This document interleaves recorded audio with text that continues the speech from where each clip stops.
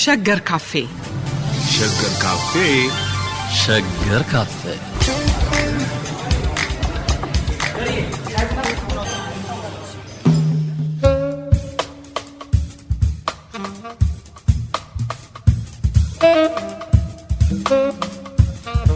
የሀገራዊ ምክክር ኮሚሽን የሥራ ዘመን ማብቂያ ላይ ደርሰናል።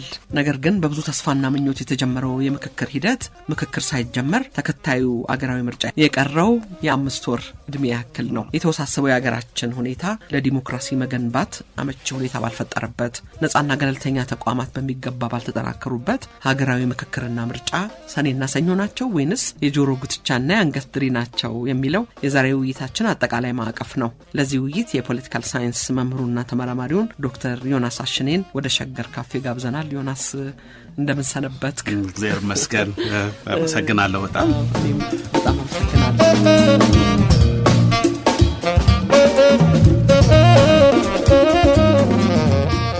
ዮናስ በቀጥታ ወደ ወቅቱ ሁኔታ ከመሄዳችን በፊት ማዕቀፉን ሰፋ አድርገን አንዳንድ ሀሳቦችን እናንሳ። እንደኛ ላሉ ሀገሮች ምርጫና ዲሞክራሲ ግንባታ ምንና ምን ናቸው? ጥያቄዎቹን አንዴ ልደርድራቸውና ፈርጅ በፈርጁ መልስ። ዲሞክራሲ ባልዳበረባቸው ሀገሮች የምርጫ ፋይዳው ምንድነው? ትርጉሙ ምንድነው? ጥቅሙ ምንድነው? በዚህ ረገድ የሌሎች ሀገሮች ልምድን ማንሳት ይቻላል። መቼም ምርጫ የማይካሄድበት ሀገር የለም፣ ምናልባት ጎረቤታችን ከኤርትራ በስተቀር። ኤርትራ፣ ሰሜን ኮሪያ በጣም ጥቂት ሀገሮች አሉ። አብዛኛው ግን ምርጫ ይካሄዳል። እሺ፣ በጣም ነው የማመሰግነው። ብዙ ጥያቄዎች ናቸው። እስቲ ያነሳን ያልመለስኩት ካለ ድጋሚ እንመጣበታለን። ዋናው ነገር የመጀመሪያ ያነሳሽው ሐሳብ ምርጫና ሀገራዊ ምክክር ሰኔና ሰኞ ናቸው ብለን ብንጀምር በዛ መደምደሚያ ለምን የሚለውን ስንሄድ ወደ ሁለተኛው ጥያቄ በደንብ ይወስደናል። እንግዲህ ሀገራዊ ምክክር ብዙ ፕሮግራሞች በዚህ ላይ ስለሰራን አድማጮችም ይሄንን ይገነዘባሉ ብዬ አስባለሁ። ስለሱ ብዙ አንተነተንም። አሁን የምርጫ ዋዜማ ወደሚባለው ነገር እንግዲህ የምርጫ ዋዜማ የጊዜ ብቻ አይደለም ያለ አይደል፣ ሰርግ ሲደርስ ድግሱ ምኑ ጭሱ ምኑ አብሮ እንደዛ ነው የምናየው እና አንዳንድ ነገሮች ምልክት የሚሰጡ የመንግስት ተቋማት፣ የገዢው ፓርቲ፣ የተቋሚ ፓርቲዎች፣ የተቋሚ እንሆናለን ተፎካካሪ እንሆናለን የሚሉ ግለሰቦች እንቅስቃሴያቸውን ፈጠን ወደ መድረክ ወደ አደባባይ ይዘው የሚመጡት ኮንስቲትዩንሲ መራጮቻቸውን የመገንባት ስራዎች እየጀመሩ ይመስል ከሌ አንልም። ግን በአጠቃላይ በፖለቲካ ምህዳሩ ላይ የምንሰማው ዲስኩርና እንቅስቃሴ በፊት ከነበረው ለምክክር ለሽግግር ፍትህ ለወታደሮቹ መልሶ ማቋቋም ወደሚለው ትርክቶች ዲስኩሮችና ስራዎች የተቋማዊ ንግግሮችና ጉባኤዎችና ጸሎቶች ሁሉ አሁን ምርጫ የምትለዋ ቃል ወደ ፖለቲካ ንግግሮቻችንና ተግባቦቶች ውስጥ እየጎላ ሁሌ ከአንዴም ሁለቴ ከሁለቴም ሶስቴ በየፖለቲከኞች እየሰማን ነው። ስለዚህ ዋዜማው ጀምሯል ማለት ነው። ዋዜማውን የሚያበስርልን ፖለቲከኞች ምርጫውን በሐሳባቸው በግባቸው በትልማቸው ውስጥ በምርጫው ዙሪያ መሽከርከር ጀምረዋል ማለት ነው። ምርጫው ግራቪቲ መሆን ስበት መሆን እየጀመረ ይመስላል። እኛ በደረሰን በአደባባይ በወጣው ምርጫው የፖለቲካ እንቅስቃሴዎች ውሳኔዎች ስበት መሆን ከጀመረ ቆይቶም ሊሆን ይችላል። አሁን አደባባይ ላይ መስማት የጀመረው በዚህ ወር ጀምሮ ምናልባት አንድ ወር ከ15 ቀን ጀምሮ ምርጫ እንደ ጽንሰ ሐሳብ እየገባ ነው። ስለዚህ ዋዜማው ጀምሯል ማለት ነው። ዋዜማው ጀመረ ማለት እዚህ ጋር ደግሞ ተስፋ የጣልንበት ከስልጣን ከማከፋፈል መንበር ከማካፈል በላይ ትልቅ ትርጉም ይሰጣል ብለን እንደ ሀገር ሁሉም ሰው በጣም ብዙ ህዝብን ያሳተፈ የሀገራዊ ምክክር ስራ እየተሰራ ነው። ሀገራዊ ምክክር ስራው አሁን የሚመጣው ወር በኋላ ዘመኑ ያልቅ። ዘመኑም የሚያልቀው ስራውን ሳይጨርስ ነው እንዳልነው ሁሌ አሁንም ስንጀምር ስለ ሀገራዊ ምክክር ስንናገር ለእነዚህ ሰዎች እንደው እስቲ ድሉ እንስጣቸው እንስማቸው ኮንስቲትዩንሲ ገቡ ብለናል። እነሱም ትንሽዬ በቀንዳውጣ ፍጥነትም ቢሆን እየሰሩ በተለይ አንጻራዊ ሰላም ባለባቸው ክልሎች አጀንዳዎችን አሰባስበዋል።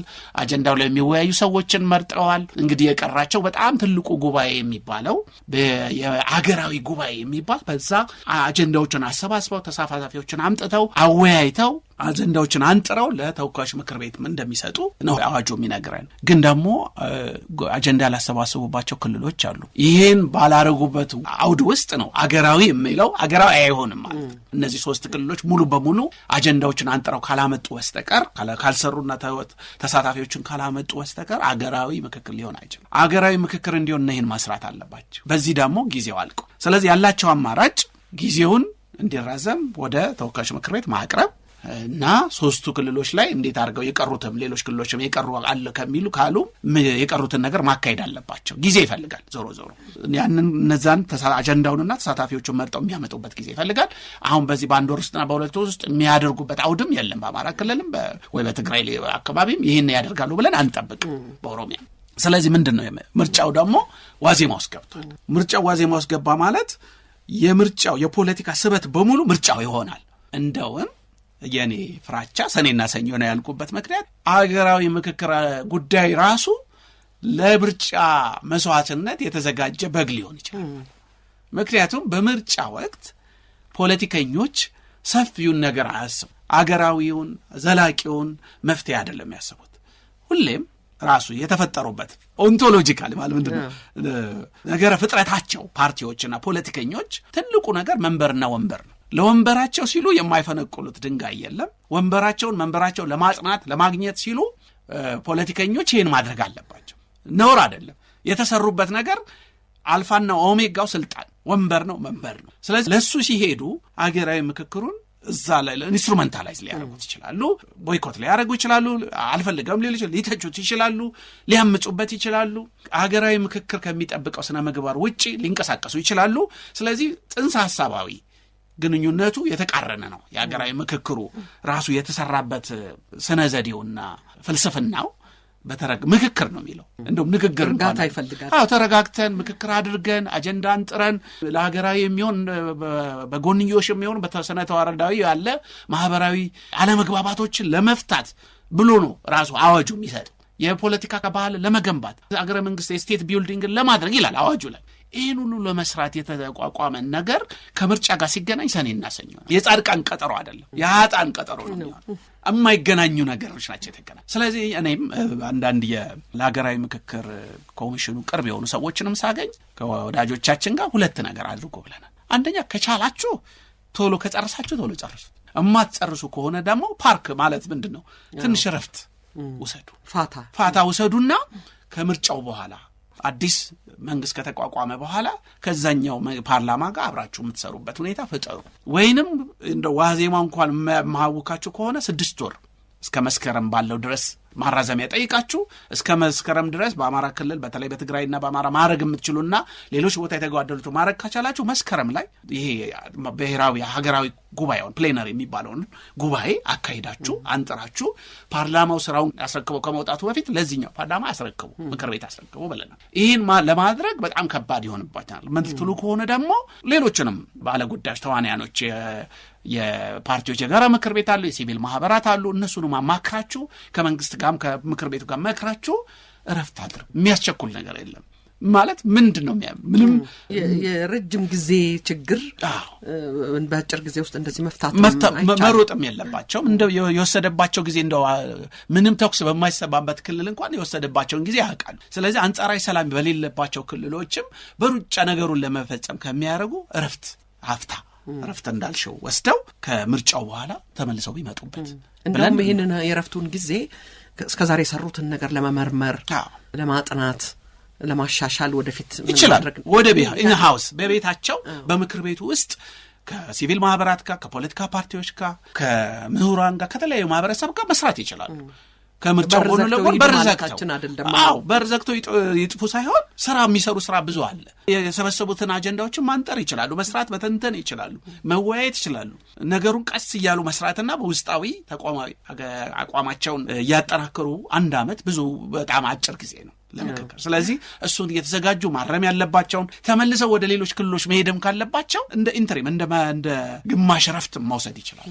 ማለት ተሯሩጦ ሄዶ አልተሳካም ከማለት ረፍት ወስደው ተረጋግተው ይሄ እኮ ከ100 ዓመት በላይ ችግሮች በአዋጅ ደረጃ ዶክተር ተካልኝ ውይይት ያደርጋል ሀገሩ ይለንኝ ስለሚል ግን በአዋጅ ደረጃ በአዋጅ ደረጃ ወደ ምክክር እንሂድ ብለን ያወጅንበት ዘመን ግን የለ። ግን ንግግር ሁሌ ያለ ሀገር ውስጥ ግን ስለዚህ በዚህ ደረጃ የመጀመሪያም ስለሆነ እረፍትና ፋፍታ ወስደው በሰከነ መንፈስ ከምርጫው በኋላ ማድረግ ይችላል። ወይንም ይህን ማድረግ አንችልም ካሉ ደግሞ 6 ወር ማራዘሚያ ወስደው በ6 ወር ውስጥ በሁለቱና ሌሎች በተጓደሉ ክልሎች ውስጥ ይህን ማድረግ እንችላለን ካሉ ሀገራዊ የሆነውን ጉባኤ መስከረም ላይ እንዲያደርጉ እንዲመክሩ እያልን እየወተወትን እንገኛለን ማለት ነው። ስለዚህ ዋናው ነገር ድምዳሜያችን ሰኔና ሰኞ እንዳይሆንና የጻድቃን ቀጠሮ እንዲሆን ምርጫው የሚሄድበትን አውድ የራሱን ስበት ይዞ የራሱን ሰዋሰው ይዞ እንዲሄድ መፍቀድና በምርጫው ላይ ብቻ አተኩሮ ፖለቲከኞች የሚሰሩትን ስራና ሪቹዋል የሆነ ነገር እንዲሰሩ ማድረግ ያገባናል ማለት ነው። ይሄ ነው የመጀመሪያው ጥያቄ። አውሎ ንፋሱ ይዟቸው እንዳይሄድ እነሱንም ነው። ለፖለቲከኞቹ ፈተና ነው። ሀገራዊ ምክክር ውስጥ እንገባለን እንደዚህ እና ደግሞ ምርጫ አለ ሲሉ እንደ ፖለቲከኛ እንደ ፓርቲ ስልጣን ከያዝኩና መንበር ከያዝኩ በኋላ መጣበታለሁ ብለው ለዚህኛው ምንም ላይሰጡት ይችላሉ። እስከምን ድረስ ሊሄዱ ይችላሉ? እንደውም ይሄንን ሀገራዊ ምክክር ልኩን እያስገባው ኮንስቲትዌንሲ መራጮቼን እሰበስብበታለሁ ሊሉ ሁሉ ይችላል። እርግፍ አድርጌ በመተው ሊሉ ይችላሉ። ሌላኛው ደግሞ ይህንን ምክክር መራጮቼን የማሰባስብበት አውድ አደርገዋለሁ ሊል ይችላል ሌላ ኃይል ደግሞ። ስለዚህ ግቡና ትልሙ ሀገራዊ ምክክር ሳይሆን መንበርና ወንበር ይሆናል፣ ስልጣን ይሆናል። ስለዚህ ሁለቱም መለያየት ያስፈልጋል። ይህን ስል በሀገራዊ ምክክር ውስጥ የስልጣን ጥያቄ ሊመጣም ላይመጣም ይችላል። አጀንዳ ውስጥ ባለፈው እንዳልነው የደቡብ ሱዳን የሀገራዊ ምክክር የናሽናል ዳያሎግ ውጤቱ ምንድን ነው? የህዝቡ መጨረሻ ላይ ቦተም አፕ ሲቪል ማህበሩ ሁሉ የተሳተፈበት የሀገራዊ ምክክር ነበር።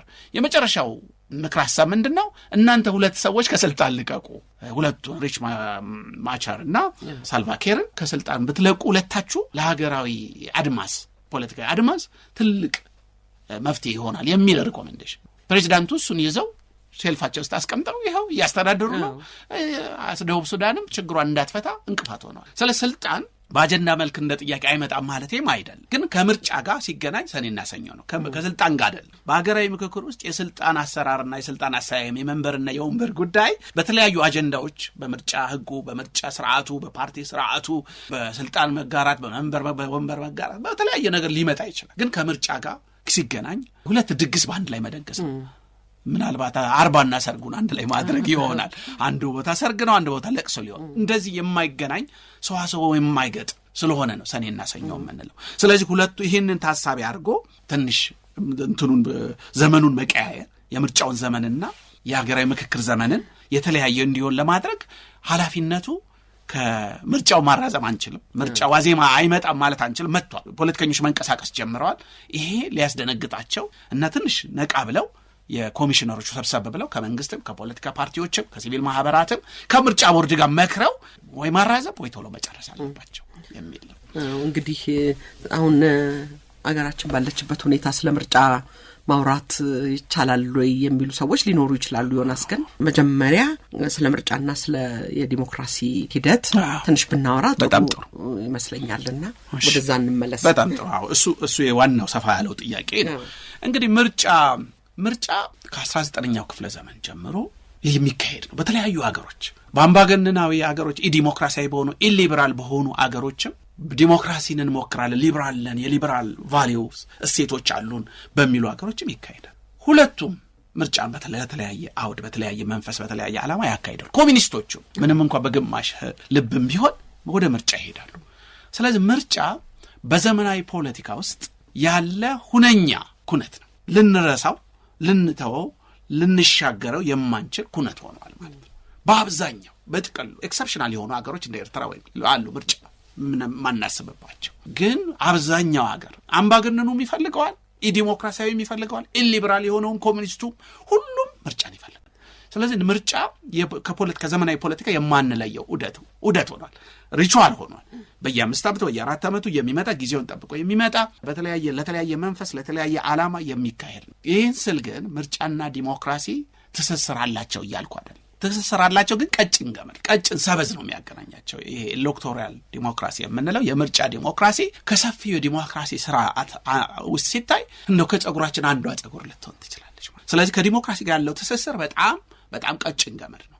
ምክንያቱም ዲሞክራሲ ከኤሌክቶራል ከምርጫ ዲሞክራሲ ሰፋ ያለ ተቋማዊ፣ መዋቅራዊ፣ ስነ ልቦናዊ ኮንሽስነስ የምንለው ዲሞክራቶችንም መፍጠር፣ የዲሞክራሲ ተቋማትን መፍጠር፣ የዲሞክራሲ ስርዓትን ማስፈን፣ የዲሞክራሲ ፕሮጀክትን በጋራ በህዝብም በመንግስትም በሊቃኑም በደቂቃኑም በሁሉም መያዝ ያለበት ሰፊ ፕሮጀክት። ከዛ ውስጥ አንዱ ያንን ፕሮጀክት ሊያሰለጥልን የሚችል አንዱ የኤሌክቶራል የምርጫ ዲሞክራሲ የምንለው ነው። ለምን ነው ታዲያ ከዲሞክራሲ ጋር ያን ያህል ግንኙነቱ ቀጭን ከሆነ ለምን ይካሄዳል ስንል ለብዙ ነገር ይካሄዳል። ለምሳሌ አሁን ብዙ ድርሰቶች የሚሉት በቻይና ውስጥ በተለይ የአካባቢያዊ ምርጫ የሎካል ኤሌክሽን በመንግስትና በህዝብ መካከል ዳያሎግ እንዲካሄድ ምክክር ነው። እንደው ህዝቡ ምን ይፈልጋል የሚለውን በተለይ የፖሊሲ ጉዳዮች እና መንግስት የሚያለማቸውን የፖሊሲ ጉዳዮች ለማነጋገር ምርጫን አካባቢ ምርጫን ይጠቀሙታል። በተለይ አካባቢ ምርጫ እኛ ሀገር ብዙ አይካሄድም፣ ብዙ አቴንሽንም አንሰጠውም፣ ብዙም አንወተውትበትም። ግን ህዝቡ በአካባቢው ምን ይፈልጋል የሚለውን ከሊቃኑ ከፖለቲካ መሪዎቹ ደግሞ እኛ የምናለመው ለአንተ ይሄንን ነው የሚሉ ነገር እንዲነጋገር ያደርጋል። ይሄ አንዱ ነው። ሁለተኛ ስልጣን ላይ መንበር ላይ የተቀመጠ ኃይል ሁል ጊዜ ስለ መንበሩ እርግጠኛ አይሆንም። በጣም ጽኑ መንግስት ነኝ እንኳን የሚል ጽኑ ጉልበት አለ የሚል አምባገነን ሁሉንም ኃይል ያለው መንግስት እንኳን ይጠራጠራል። እርግጥ ህዝቡ ምን ያስባል? ህዝቡ ዝም በተለይ ባለበት ምንም ነገር በንግግር በሌለበት አውድ ውስጥ ከፍተኛው ፈሪ መንግስት እርግጠኛ አይሆንም። እንደውም በድሮ ጊዜ በምኒልክ ጊዜ እረኛ ዝም ካለ ወይ ህዝብ ገበሬ ዝም ካለ የሆነ ነገር አለ ብለው እንዲዘፈን ንግግር እንዲኖር ትንሽ የሆነ ነገር ሜዳው እንዲስተካከል ይፈልጉ ነበር ይባላል። ሰማለን ያ አባባል አለ። እረኛ ምን ዘፈንም ይባላል። ይህን መንግስታት የሚፈልጉት ስልጣን ያላቸው ሰዎች የሚፈልጉት ህዝቡ የሚያስበውን በእረኛው በዘፈኑ በቅኔው በኩል ለመስማት ይሞክራሉ ማለት ነው። ዛሬ ምርጫ አንዱ አውድ ይሆናል። እረኞቹ ህዝቡ ምንድነው የሚለው ለመስማት አንዱ አውድ ነው። በተለይ መንግስት ስልጣን ለተቆጣጠረ ኃይል ህዝቡ ምንድነው የሚለው የኔ ልሂቃን የኔ ፖለቲከኞች ከህዝባዊ ተወዳጅነት አላቸው ወይ? ከህዝቡ ድጋፍ አላቸው ወይ? በአንድ ፓርቲ ውስጥም እንኳን ቢሆን ነው በአንድ ፓርቲ ውስጥ በገዢው ፓርቲ ውስጥ ራሱ ማን ነው በህዝብ የሚወደደው? በዚህ ወረዳ ውስጥ ቅቡል የሆነው ማን ነው የሚለውን እንኳን መምረጥ ምርጫን ይጠቀሙበታል። ስለዚህ ምርጫ ከዲሞክራሲያዊ ግንባታ አንዱ ቢሆንም ከዲሞክራሲያዊ ግንባታ ውጭ በሆኑ ጉዳዮች ፖለቲካዊ ንግግሮችና ዳያሎጎች ለማካሄድ መረጃዎችን ለማሰባሰብ ይካሄዳል። አምባገነናዊ መንግስትንም ራሱ ባህሪውን የመቀየር ኃይል አለው ምርጫ። በዲሞክራሲያዊ መንገድ ሳይሆን በፓርቲው ውስጥ በገዢ ብቸኛ በሆነው ፓርቲው ውስጥ እንኳን ማን ነው የሚለውን ለመወሰን መንበሩና ወንበሩን ለማከፋፈል ፖርቶፎሊዮ ሼር ለማድረግ ለሌሎች ኃይሎች ምርጫ ሁነኛ አስተዋጽኦ ያደርጋል። ዲሞክራሲያዊም ባይሆን ዲሞክራሲያዊ በሆነ አውድ ውስጥም የራሱ የሆነ መንፈስ አለ። ግን ከዲሞክራሲ ጋር ቀጭን የምለው ዝም ብሎ ምርጫ የሚካሄድበት ሀገር አንዱ ህልም ምንድን ነው? ሩቅ ቢሆንም አንድ ቀን የዲሞክራሲ ማዋለጃ አልጋ ሊሆን ይችላል ተብሎ ይታሰባል። ዲሞክራሲ ሊወለድበት የሚችለው አንዱ ተስፋችን በምርጫ ዲሞክራሲያዊ ውስጥ ነው።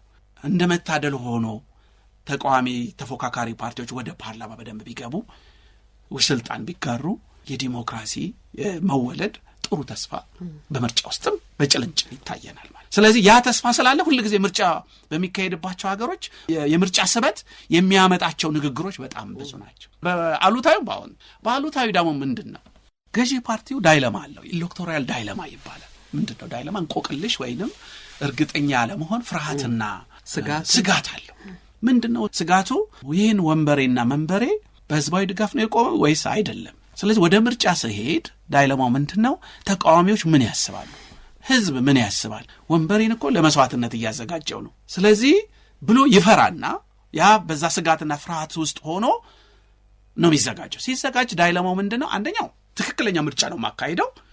በትክክለኛ ምርጫ ህዝባዊ ቅቡልነት አለኝ። ፖሊሲ ህዝብ የሚያስፈልገውን ብቻ ሳይሆን ህዝብ የሚፈልገውንም እያረኩ ይላል።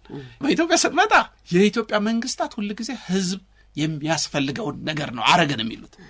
ህዝብ የሚፈልገውን ብዙም አይጨነቁም። እኔ ነኝ የማቀለ ስለሚሉ ማለት ነው። ልማታዊ መንግስት ነው በባህሪ። ምንድነው የማንኛውም መንግስት አንዱ መልእክት አንዱ ተልእኮ ወይንም ስጦታ ሰላምና ኦርደር፣ ይሄ ስርዓቱን ከማስከበር በተጨማሪ ዌልፌር ህዝቡ ማህበረሰቡን ማሸጋገር፣ የህዝቡ ኑሮውን መለወጥ፣ ነጻነቱን ማክበር፣ በልማት ግቦች ደግሞ የኑሮ የተስተካከለ ደስተኛ የተሟላለት ሰው እንዲሆን ማህበረሰብ እሰራለሁ ይላል። የኢትዮጵያ መንግስት ሁሌ ምንድነው ኤቶሱ ልማት መንፈሴ ነው ይላል። ልማት ተልእኮዬ ነው፣ ኮሊንጌ ነው ይላል። ይሄ አሁን የብልጽግና መንግስት ብቻ ሳይሆን ከቴዎድሮስም ጀምረን ልናስበው እንችላለን። በጣም አንድ በቃ ያለ ልማት ልኖር አልችልም ብሎ የሚያምን መንፈሴም ውቃቤም ልማት ብሎ የሚያስብ መንግስት ነው። ምንም የአስተዳደሮቹን ሳንነቃ ኢህአዴግ ወይ ብልጽግና ወይ ደርግ ምናምን ሳንል ርዕዮተ ዓለማዊ መለያወጥ እንኳንና ቢኖርም ልማት እንትናቸው ምን ማለት ነው? ልማት ትልቁ በአፍሪካም ደረጃ ልማታዊ መንግስታት የሚታሙት ህዝብ የሚፈልገውን ሳይሆን ህዝብ የሚያስፈልገውን እናረጋለን፣ በዚህ ምክንያት ቅቡልነት አለን፣ በዚህ ምክንያት ምርጫውን እናሸንፋለን ብለው ያስባሉ ማለት ነው። ስለዚህ የኢትዮጵያም ሌሎችም መንግስታት ዳይለማ አንዱ ምንድነው? ይሄ ህዝቡ የሚያስፈልገውን እያረኩ ከተማ እየገነባው ኮሪደር እያደስኩ አዲስ አበባን አበባ እያስመሰልኩ ዱባይን እያስመሰልኩ ወይንም ያኛው ደግሞ ልማታዊ መንግስት ገበሬውን ለውጭ ማዳበሪያ እያለ ሁሉም ይህን እያደረኩለት ህዝቡ ሊመርጠኝ ያስፈልጋል፣ ይገባዋል። ስለዚህ በምርጫ አሸንፋለሁ ብለው ሊመጡ ይችላል። ይሄ አንዱ እርግጠኝነታቸው ነው።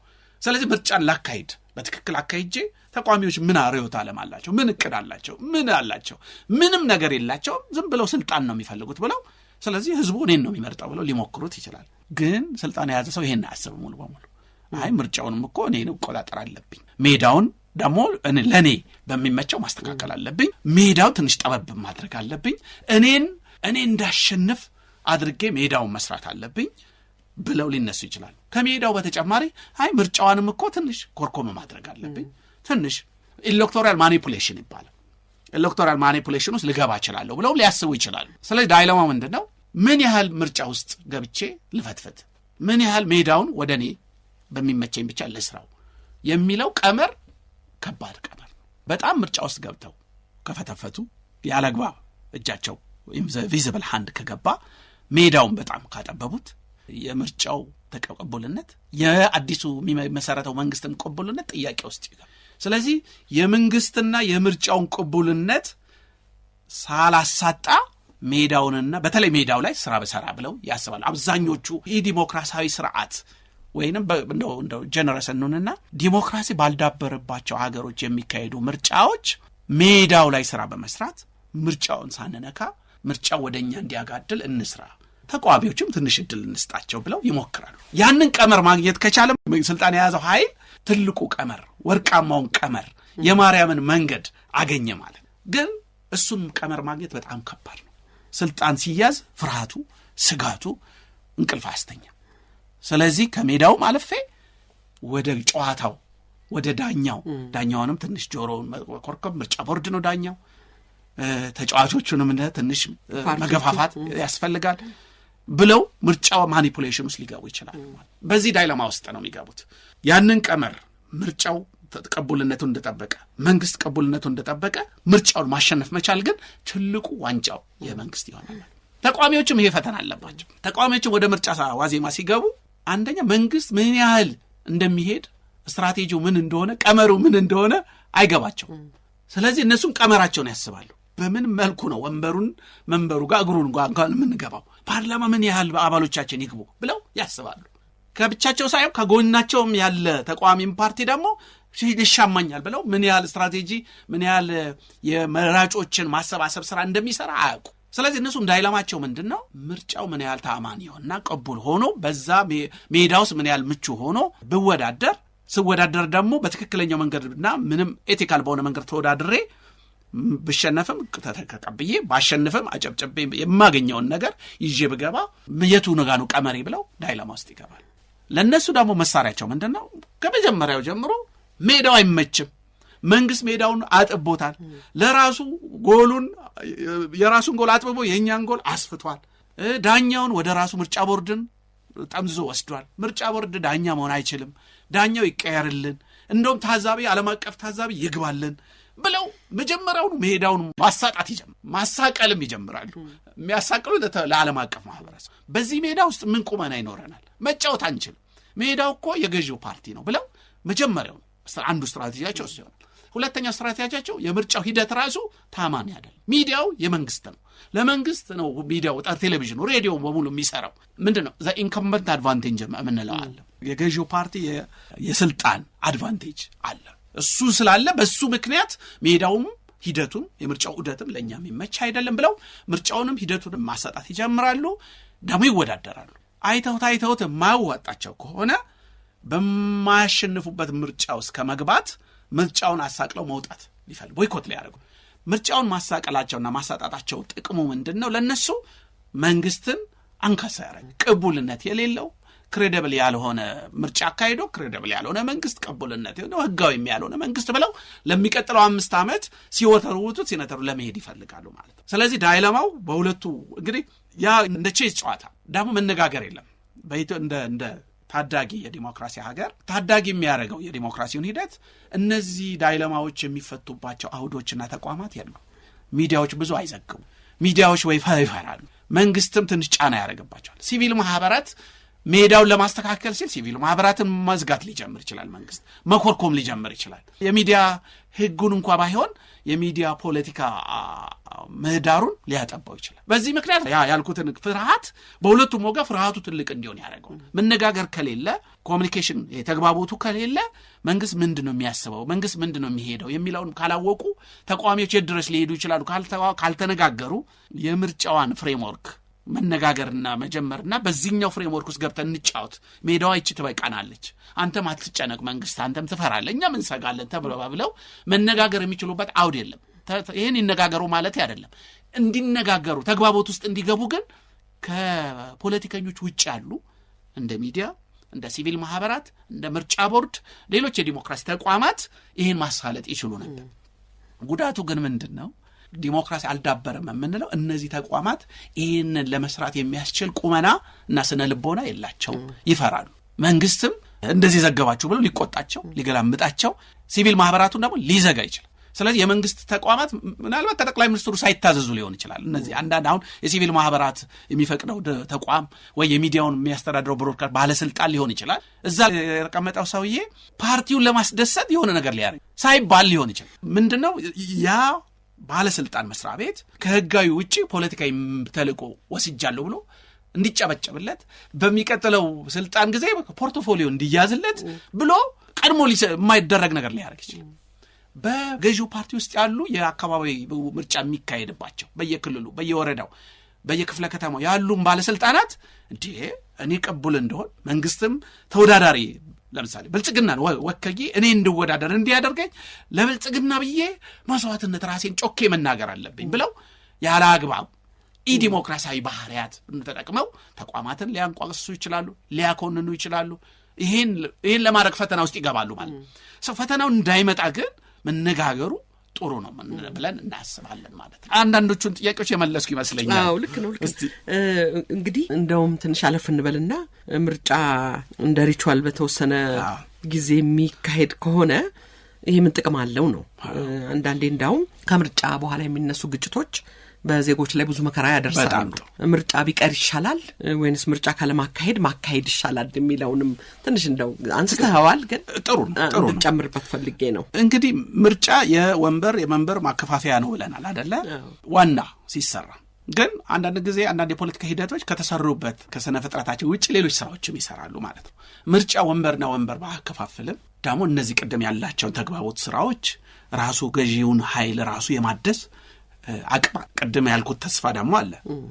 እንደውም ከአምባገነኖችን ስናወዳደር ወይም ኢዲሞክራሲያዊ ስርዓት ያላቸው ሀገራት ስናወዳደር በምርጫ ላይ በሸፋፋ ምርጫ የተመረኮዘ አምባገነን ያለ ምርጫ ከቆመ አምባገነን የተሻለ ነው።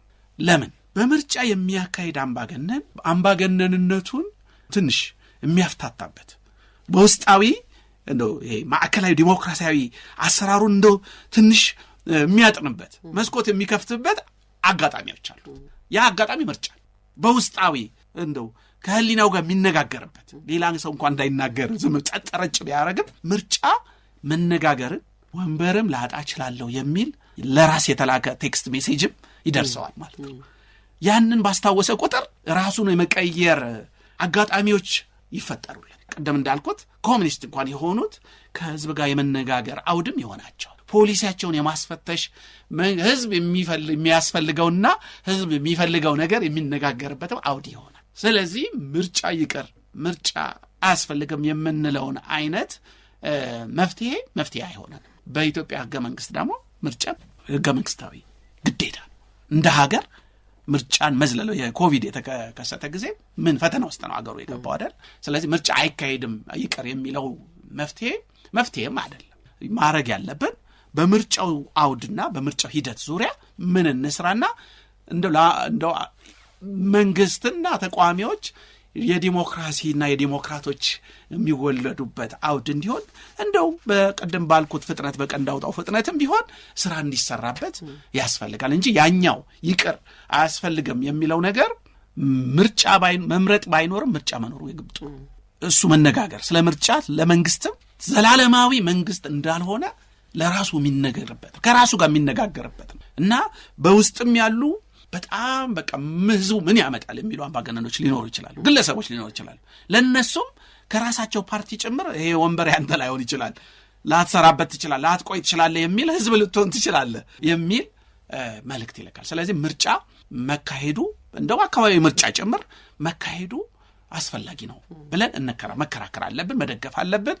ሸፋፋ ምርጫ ቢሆን ጠንካራ አምባገነኑ ሊደገፈው እንኳን እንደሚችል ብንጠራጠር እንኳን እየተጠራጠርን የምርጫ እንዲካሄድ ማሰብ መቻል አለብን።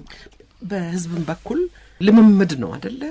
በመብት አንድ ነገር አደረኩበት የሚለው ልምምድም ትልቅ ኤክሰርሳይዝ ይመስለኛል። በተለይ እንደኛ አይነቱ ሀገር ትክክል ጥሩ ይመስለኛል።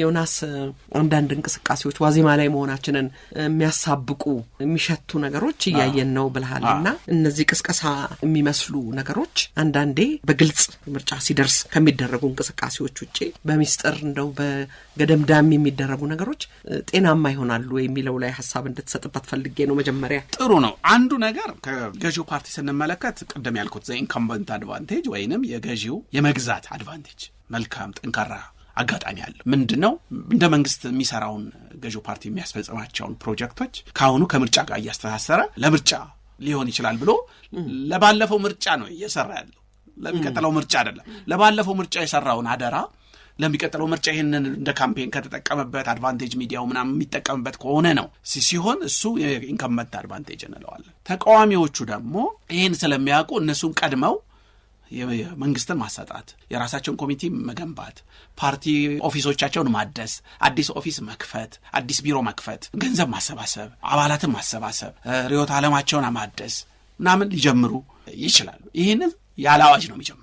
ሁለቱም ያለ አዋጅ ነው። ግን ሲያወሩ ከዲስኩራቸው ውስጥ ምርጫ የምትለው ቃል እየበዛች ስትመጣ እንዴ እኛ ትዝ ሳይለን እኛ የምናስተምረው እንኳን ፖለቲካል ሳይንስ የኢትዮጵያን ፖለቲካ የምናስተምረው ምርጫው ትዝ ሳይለን ቀድመው ያስታወሱን ራሳቸው ፖለቲከኞቹ ናቸው። ፖለቲከኞች ለምንድን ነው አሁን መጽሐፍ የሚያስመርቁት? ለምንድን ነው ወደ አደባባይ መንግስትን ማሳቀል የጀመሩት? ፓርቲያቸው ኦፊሱን እስካሁን ሳያድስ አሁን እያደሱ ያሉት ለምንድን ነው? እንደ አዲስ ሙሽራ እንደገና መምጣት የጀመሩት ለምንድን ነው? ገዢው ፓርቲ ውስጥ ያሉት ተቋማት ሲቪል ማህበራቱን መኮርኮም የጀመሩት ለምንድን ነው? የሚዲያ ህጎች እንደገና መታደስ ለመጀመር ለምን ፈለጉ ስንል ምንድን ነው እየተካሄደው ብለን እንድንወያይ እንደ ዜጎች እንደ ሚዲያ መወያየት አለብን። በሚስጥር የዋዜማ አዋጅ የለውም። እንግዲህ ዋዜማው ራሳቸው አወጀውታል።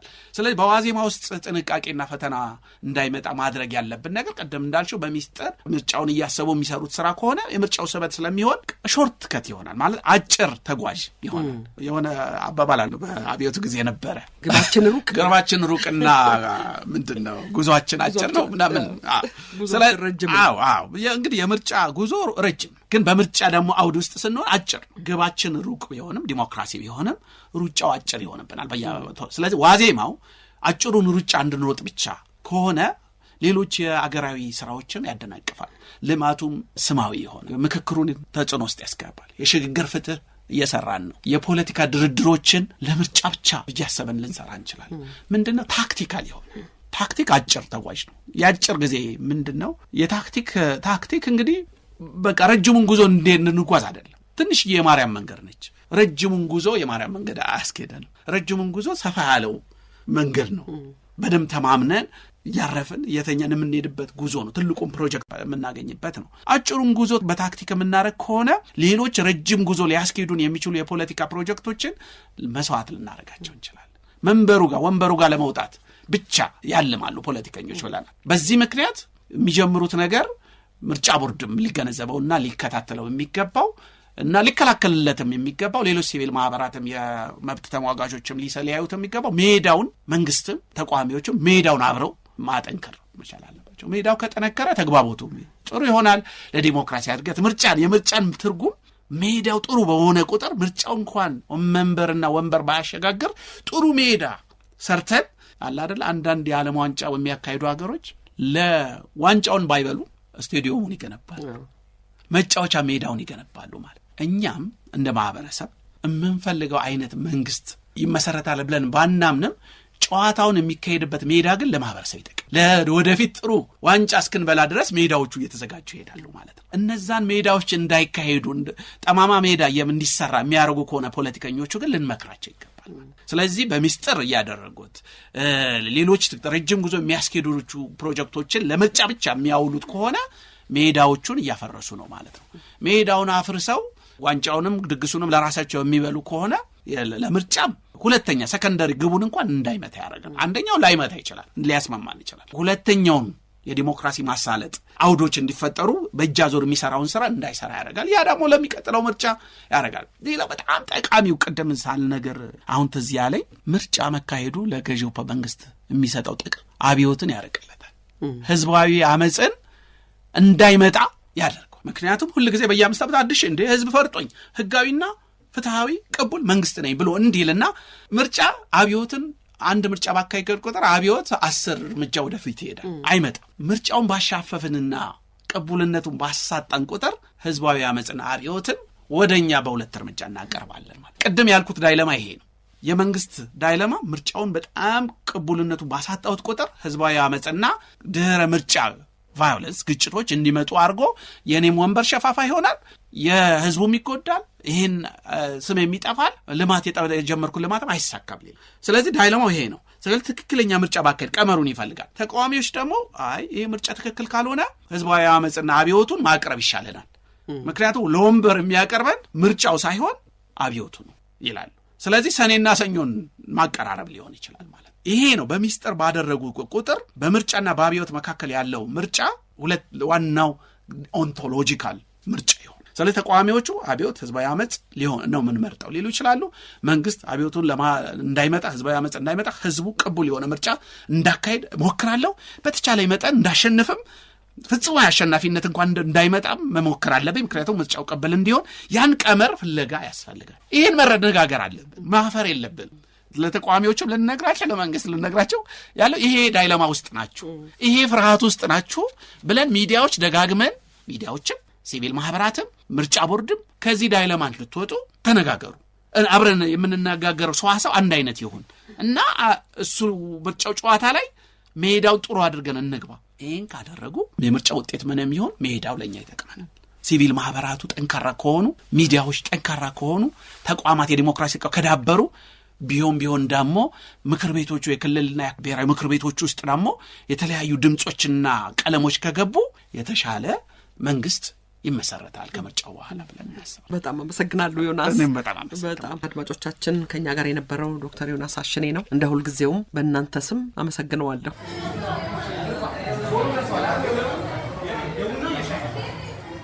ሸገር ካፌ ሸገር ካፌ